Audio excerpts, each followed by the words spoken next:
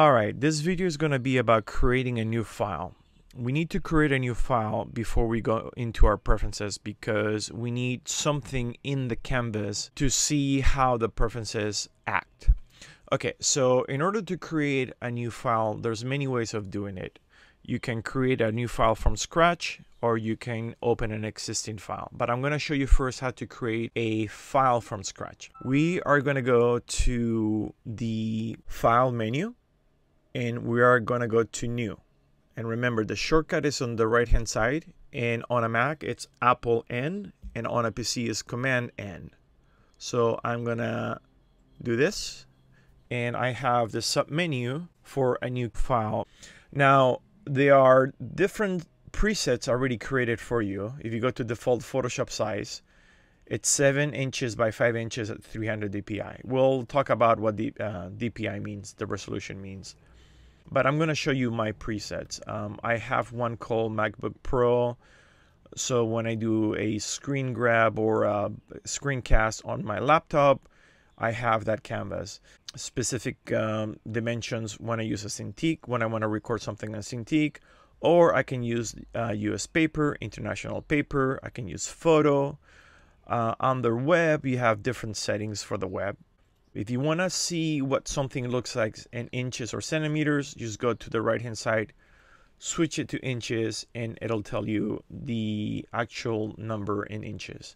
If you want to see it in centimeters, same thing.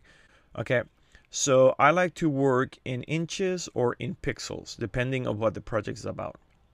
So what we're going to do is we're going to start with a basic US paper, and I'm going to leave all the settings the way they are. If I want to create my own setting, let's say that instead of a vertical 8.5 by 11, I want to have an 11 by 8.5 page, right? What I can do is I can save this preset, and everything, the resolution, color mode, bitmap, depth, the background contents, everything will be selected.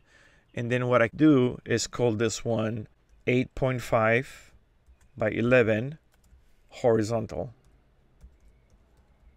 right? And then when I hit OK, under my presets, I have a new preset called 8.5 by 11 horizontal. Okay, so I'm gonna hit OK. And there's my page. Now you will notice that the page, if I hit the tab, by the way, in Photoshop, it will hide everything except for the menus. Okay, you see that? Now, the other thing is that if I try to move this page using the hand tool, which is the space bar, or the letter H, I cannot move this page. But if you look at your toolbox on the very bottom, you have an icon which shows two different files, one on top of each other, right? This is called change the screen mode. So the very first thing that I do is that I hit the letter F, right? And I go into the secondary screen mode, okay? And now I can move my file. So as soon as I create a file or I open a file, the first thing that I do is I hit the letter F. Now, if I hit the letter F again, I go into what's called presentation mode.